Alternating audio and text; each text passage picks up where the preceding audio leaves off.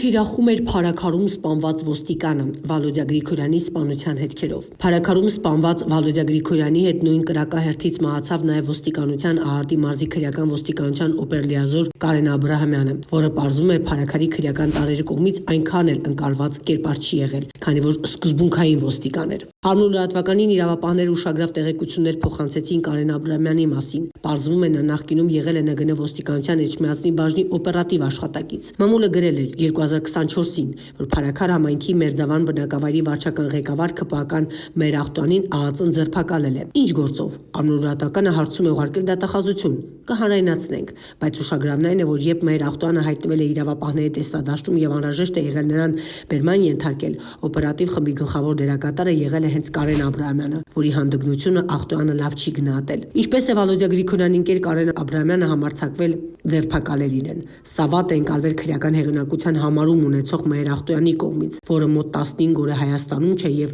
որին օդանավական է տարել ճանապարհելու համայնքի ղեկավարին սպանած 20-ամյա Գևորգ Հարությունյանը։ Հիշեցնենք, որ սեպտեմբերի 23-ին 23-ին Փարաքարի իր կիսակառույց Տամբակում սպանվեց համայնքի ընտրված ընդդիմադիր ղեկավար Վալոդյա Գրիգորյանը, նրա ընկեր ոստիկանության Արարատի օպերատիվ աշխատակից Կարեն Աբրահամյանը եւ վիրավորվեց Արծրուն Գալստյանը, որի եղբոր տղաները Արթուր Գալստյանը, Մարսպետ Գալստյանն ու Սևա Գալստյանը 7 ամիս առաջ Մերձավանում հնչած կրակոցների գործով մեղադրյալի աթոռին են։ Մեր հետաքննությունը շարունակվում է։